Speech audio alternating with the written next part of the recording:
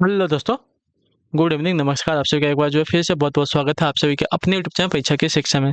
I hope कि आप सभी जो है स्वस्थ हैं, कुशल मंगल बताए जो अच्छे और बढ़िया तरीके से कर रहे हैं। तो जो भी क्लास में पहली बार आए नए हैं उन सबको बताया हमारे साथ आपकी पीरियड प्रश्न 2025 की जो आपकी तैयारी साथी हो रेगुलर और डेली बेसिस पे करवाई जा रही है कंप्लीट। तो जिसे भी तैयारी पूरी करनी है, कंप्लीट करनी है, चैनल को सब्सक्राइब करके आप तक हमारे साथ जुड़े। क्लास का समय देखिए, जीके जीएस की सुबह 10 बजे डेली देखने को मिलते हैं। रीजनिंग की जो है दोपहर को 1 बजे, कला वाक की जो है शाम को 4 बजे, हिंदी की जो है शाम को 7 बजे आप सबको मंच पर देखने को मिलते हैं। आप सबको इसी टाइम पर क्लास से जुड़ कर अपनी तैयारी को पूरा और कंप्लीट करना है। नीचे डिस्क्रिप्शन में आपको इंस्टाग्राम टेलीग्राम का लिंक मिलेगा, तो आप इंस्टाग्राम पे फॉलो करेंगे, टेलीग्राम चैनल को ज्वाइन करेंगे। टेलीग्राम चैनल पर डेली बेसिस पे क्लास का अपडेट और आपको एग्जाम का अपडेट मिल जाएगा, तो आप लोग जो है टेलीग्राम चैनल को ज्वाइन कर लीजिएगा। ठीक है, चलिए क्लास स्टार्ट करें। देरी नहीं करेगी। क्वेश्चन आपके एग्जाम के लिए बहुत इंपॉर्टेंट, ध्यान से क्वेश्चन को देख के उत्तर देने की कोशिश करते हो, समझते हुए आगे बढ़ेंगे। तो क्लास स्टार्ट करने से पहले सभी से रिक्वेस्ट है, जिसने अभी तक क्लास को लाइक नहीं किया लाइक करेंगे, शेयर नहीं किया शेयर करेंगे, जिसने अभी तक चैनल को सब्सक्राइब नहीं किया सब्सक्राइब करेंगे। ठीक है, चलिए पहला क्वेश्चन आपके सामने दिया है, ध्यान से देख के बताएंगे। निम्नलिखित में से कौन भारत भूमि सुधार कार्यक्रम का हिस्सा नहीं रहा है, बताइए। निम्नलिखित में से कौन जो है भारत भूमि सुधार कार्यक्रम का हिस्सा नहीं रहा है?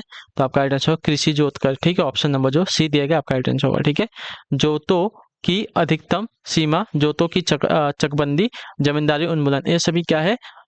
भारत भूमि सुधार कार्यक्रम के हिस्सा है, लेकिन कृषि जोत कर यानी कि टैक्स जो है इसका हिस्सा नहीं है भारत भूमि सुधार कार्यक्रम का। अगला क्वेश्चन आपका है 52 नंबर, बताइएगा राइट आंसर। अनाज का मूल्य इसलिए अधिक नहीं है कि लगान दिया जाता है, बल्कि लगान इसलिए दिया जाता है कि अनाज का मूल्य अधिक है। इस मत के प्रस्तोता अर्थशास्त्री का नाम क्या है? तो इनका नाम था आपका रिकार्डो। ठीक है, ऑप्शन नंबर जो ए दिया गया आपका राइट आंसर हो जाएगा। ठीक, अनाज का मूल्य इसलिए अधिक नहीं है कि लगान दिया जाता है, बल्कि लगान इसलिए दिया जाता है कि अनाज का मूल्य अधिक है। ठीक है, इस मत के प्रस्तोता अर्थशास्त्री आपके क्या था? रिकार्डो है। ठीक है, अगला आपका साथी 53 नंबर, यदि घरेलू उपभोक्ताओं की मांग अंततः रूप में लोचदार है और विदेशी उत्पादक की आपूर्ति पूर्णतः बेलोचदार है, तो पूरा प्रशुल्क क्या होगा, बताइए। यदि घरेलू उपभोक्ताओं की मांग अंततः रूप से लोचदार है और विदेशी उत्पादक की आपूर्ति पूर्णतः बेलोचदार है, तो पूरा प्रशुल्क क्या होगा?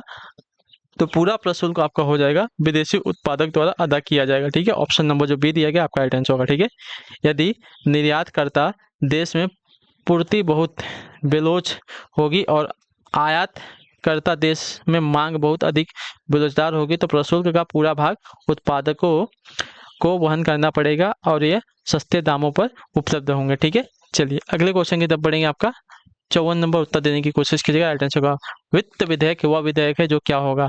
तो वित्त विधेयक वह विधेयक होता है जो सरकार की करों आदि के द्वारा जुटाई गई धनराशि का उपयोग करने का प्राधिकार देता है। ठीक है, भारत के संघीय वित्त अर्थव्यवस्था में अंतर्गत केंद्र सरकार की केंद्र सरकार को जिन करों को लगान या उनकी दरों में परिवर्तन करने का अधिकार है, उन्हीं को जो है वित्त विधेयक में सम्मिलित किया जाता है।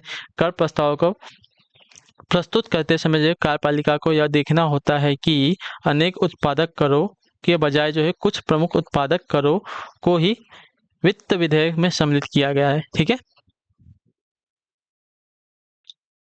चलिए अगले क्वेश्चन की तरफ बढ़ेंगे। 55 नंबर बताइएगा राइट आंसर। ध्यान से देखिए, निम्नलिखित अभिकरणों में कौन सा एक भारत में अंतर्राष्ट्रीय आय के अभिकलन के लिए उत्तरदायी है? तो आपका राइट आंसर यहाँ पे हो जाएगा CSO। ऑप्शन नंबर जो बी दिएगा आपका राइट आंसर। भारत में केंद्रीय सांख्यिकी संगठन समंको के संकलन, विश्लेषण, समन्वय तथा प्रकाशन करने वाली सर्वोच्च संस्था है।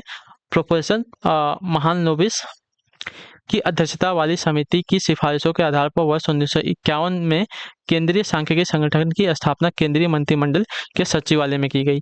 अगले क्वेश्चन की तरफ बढ़ेंगे। आपका है 56 नंबर, बताइएगा राइट आंसर। भारत की पंचवर्षीय योजना में किस एक को जो है उसके समापन की निर्दिष्ट तिथि से पूर्व ही समाप्त कर दिया गया था? तो आपका राइट आंसर यहाँ पे हो जाएगा साथियों 5वीं पंचवर्षीय योजना को। ठीक है, ऑप्शन नंबर जो सी दिया गया आपका। जनता पार्टी सरकार ने 5वीं पंचवर्षीय योजना को जो है उसकी अवधि से 1 वर्ष पूर्व अर्थात 4 वर्षों में ही समाप्त करके 1 अप्रैल 1978 से एक नई योजना प्रारंभ कर दी थी। इस योजना को जो है अनवरत योजना नाम दिया गया था। ठीक है, अगला आपका साथी है 57 नंबर, बताइएगा राइट आंसर। मुद्रास्फीति को नियंत्रित करने के लिए केंद्रीय बैंक को चाहिए कि क्या? तो केंद्रीय बैंक को चाहिए कि सरकार प्रतिभूतियों की बिक्री करे और बैंक दर को बढ़ावा दे। ठीक है, तो ऑप्शन नंबर जो बी दिया गया आपका राइट आंसर होगा। ठीक है, मुद्रास्फीति को नियंत्रित करने के लिए यह आवश्यक है कि केंद्रीय बैंक जो सरकारी प्रतिभूतियों की बिक्री करे और बैंक दर को बढ़ा दे, क्योंकि इन दोनों प्रक्रियाओं से मुद्रा का प्रवाह वाणिज्यिक बैंकों के केंद्रीय बैंक की तरफ होगा, जिससे मुद्रा प्रसार पर अंकुश लगेगा। ठीक है, अगला क्वेश्चन आपका 58 नंबर बता देने की कोशिश करेंगे। 58 पर राइट आंसर होगा देश का भुगतान शेष संतुलन की अवस्था में तब होता है जब क्या होता है, जब घरेलू मुद्रा की मांग अधिकतम होती है। ठीक है, तो ऑप्शन नंबर जो बी दिया गया आपका राइट आंसर। मांग वक्र घटती सीमांत उपयोगिता नियम के कारण भी नीचे की ओर ढोलू होता है। इस नियम के अनुसार जब कोई उपभोक्ता किसी वस्तु की अधिक इकाई खरीदता है तो उस वस्तु की सीमांत उपयोगिता कम हो जाती है, इसलिए उपभोक्ता उस वस्तु की अधिक इकाई तभी खरीदेगा जब उसकी कीमत कम हो जाए। इसी कारण मांग वक्र जो है नीचे की ओर ढोलू होता है। ठीक है, इतना याद रखिएगा। अगला आपका साथी 59 नंबर बताने की कोशिश करेंगे। निम्नलिखित कारकों वक्तव्यों पर विचार कीजिए। ठीक है, और क्या देगा, इनमें से जिसके कारण मांग वक्र नीचे की ओर होता है उनमें सम्मिलित है। चलिए चलिए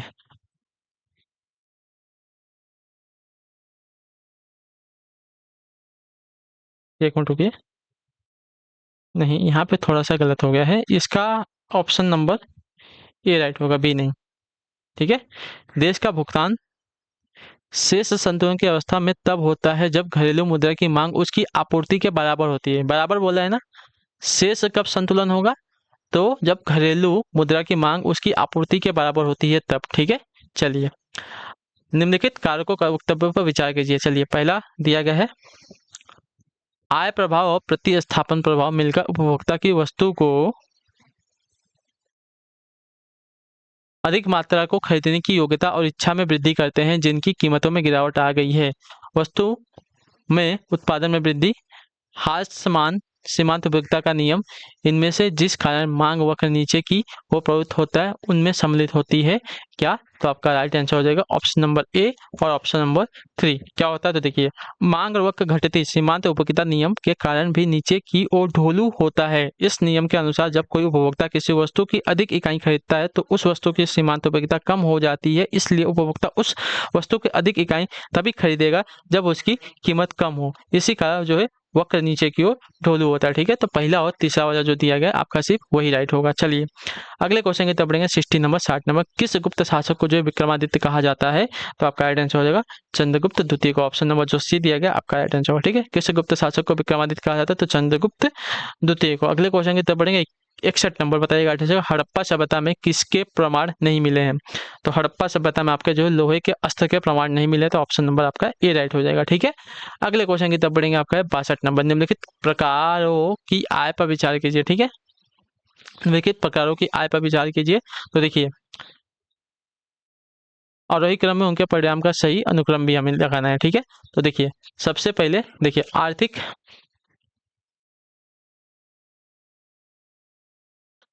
क्या दिए गए, हाँ, तो सबसे पहले आपका आएगा साथियों यहाँ पे राष्ट्रीय आय। ठीक है, सबसे पहले आपका राष्ट्रीय आएगा। राष्ट्रीय आय के बाद आपका जो है निजी आय आता है। निजी आय के बाद जो है आपका आ जाता है वैश्विक आय आता है। वैश्विक आय के बाद लास्ट में हमारा आता है साथियों क्या, तो प्रोज्य आय। ठीक है, प्रोज्य आय जो हमारा लास्ट में आता है, इतने याद रखिएगा। ठीक है, चलिए पहले पे आता है, दूसरे पे हमारा ए आता है, तीसरे पे हमारा जो है वैश्विक आय, चौथे पे हमारा प्रवज्य आता है। अगले क्वेश्चन की तब बढ़ेंगे साथियों है 63 वेन सांगा किस देश का यात्री था, तो वेन सांगा जो है आपका साथियों था यात्री चीन का। ऑप्शन नंबर जो ए दिया गया आपका राइट आंसर होगा। किसके शासनकाल में भारत आया था, आप कमेंट में बताएंगे। भारत में गन्ने का सबसे अधिक उत्पादन वाला राज्य कौन सा है, तो हमारा उत्तर प्रदेश, जो ऑप्शन नंबर ए दिया गया है आपका सही उत्तर होगा। ठीक है, चलिए अगला आपका 65 विकास नियोजन का सर्वाधिक महत्वपूर्ण उद्देश्य क्या है, तो विकास नियोजन का सर्वाधिक महत्वपूर्ण उद्देश्य अगर की बात करेंगे तो यह है अधिक आर्थिक समृद्धि और विकास की अवस्था सुनिश्चित करना। ठीक है, अधिक आर्थिक समृद्धि और विकास की अवस्था सुनिश्चित करना जो है क्या है, तो यह है जो साथियों विकास नियोजन का सर्वाधिक महत्वपूर्ण उद्देश्य। ठीक है, अगले क्वेश्चन की तरफ बढ़ेंगे। 66 66 नंबर लखनऊ किस नदी के तट पर स्थित है, तो लखनऊ की अगर बात करें तो लखनऊ जो है आपका साथियों गोमती नदी के तट पर स्थित है। ठीक है, ऑप्शन नंबर आपका डी राइट होगा यहाँ पे। क्लियर है सभी को। चलिए 66 हो गया। 67 नंबर 67 पे उत्तर देंगे किस ग्रह के सबसे अधिक उपग्रह हैं, तो इसका राइट आंसर होगा किस ग्रह के सर्वाधिक उपग्रह है ना, तो देखिए जस्ट अ मिनट, किस ग्रह के सबसे अधिक उपग्रह हैं?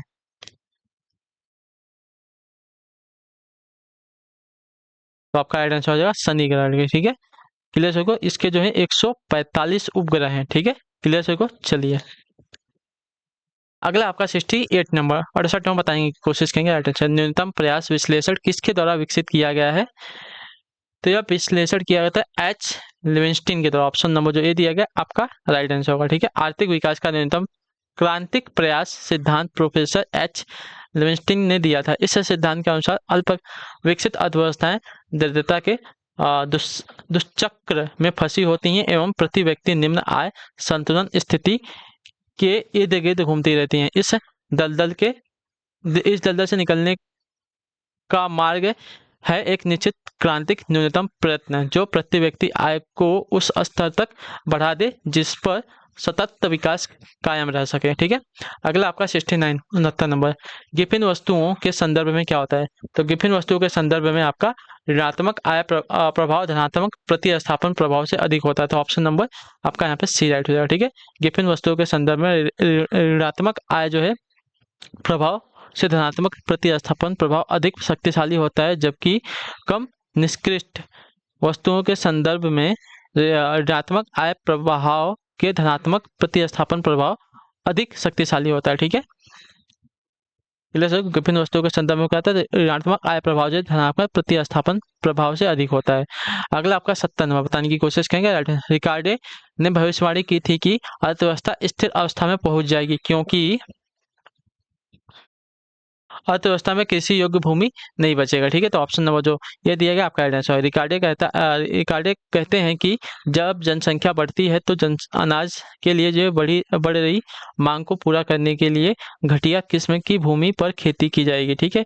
बढ़िया किस्म की भूमि पर लगान बढ़ते हैं और उत्पादक उपज का बहुत कम भाग खपा लेता है। इससे जो पूंजीपतियों और श्रमिकों के भाग कम हो जाते हैं जिससे लाभ कम हो जाते हैं और अंततः जो है स्थिर अवस्था में आ जाती है, ठीक है। 71 नंबर बताइएगा राइट आंसर का। 19वीं शताब्दी के उत्तर उदारवादी विचारक राज्य को मानते थे क्या? तो ये आवश्यक बुराई मानते थे। ऑप्शन नंबर ए राइट हो जाएगा, ठीक है। 19वीं शताब्दी के उदारवादी विचारक नकारात्मक उदारक के समर्थक है। इसके प्रमुख विचारकों में स्पेंसर एडम स्मिथ का नाम आता है, ठीक है। यह विचारक राज्य के कार्य को अत्यंत सीमित करने की वकालत करते हुए इसे एक आवश्यक बुराई घोषित करता है, ठीक है। अगला आपका 72 नंबर उत्तर दीजिएगा। भारतीय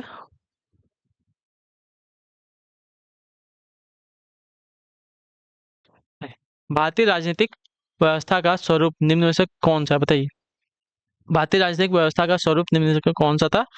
तो यह था साथियों आपका गणतंत्रीय संघीय अध्यक्षात्मक। तो ऑप्शन नंबर ए राइट हो जाएगा, ठीक है। क्लियर से इसके बारे में यहाँ जो है भारत का राज्याध्यक्ष निर्वाचित होता है जो फ्रांस से आयोजित था तथा केंद्र और राज्य की शक्तियों का विभाजन है जो संघीय प्रणाली का लक्षण है जो अमेरिकी संविधान से ग्रहण किया गया है और संसदीय प्रशासन प्रणाली भी जो है ब्रिटेन की देन है। अगले क्वेश्चन की तरफ बढ़ेंगे। 73 नंबर बताने की कोशिश करेंगे। राइट आंसर, दबाव समूहों का मुख्य उद्देश्य क्या है? तो दबाव समूहों का मुख्य उद्देश्य अपने सदस्यों के हितों को विकसित करना है। तो ऑप्शन नंबर सी राइट हो जाएगा, ठीक है। दबाव समूह अपने सदस्यों के हितों के लिए सरकार पर दबाव डालते रहते हैं तथा संवैधानिक और असंवैधानिक साधनों का उपयोग करते रहते हैं। अगला आपका साथियों 74 नंबर उत्तर दिया। संसद के संयुक्त अधिवेशन को कौन संशोधित करता है? तो यह करता है साथियों आपका अध्यक्ष और लोकसभा, ठीक है। तो ऑप्शन नंबर आपका राइट आंसर। संविधान में अनुच्छेद 108 के तहत जो है संयुक्त बैठक का आह्वान राष्ट्रपति करता है जबकि इसकी अध्यक्षता लोकसभा का अध्यक्ष करता है, ठीक है। अगला आपका 75 नंबर आखिरी क्वेश्चन ध्यान से। संघीय लोक सेवा आयोग की अध्यक्षता की नियुक्ति कौन करता है? बताइए। संघीय लोक सेवा आयोग के अध्यक्ष की नियुक्ति कौन करता है? तो यह जो है राष्ट्रपति करता है। ऑप्शन नंबर आपका सी राइट होगा, ठीक है। क्लियर होगा इसके बाद चलिए। संविधान के अनुच्छेद 316 ए के तहत जो है संघ लोक सेवा आयोग के अध्यक्ष की नियुक्ति आपका राष्ट्रपति करता है।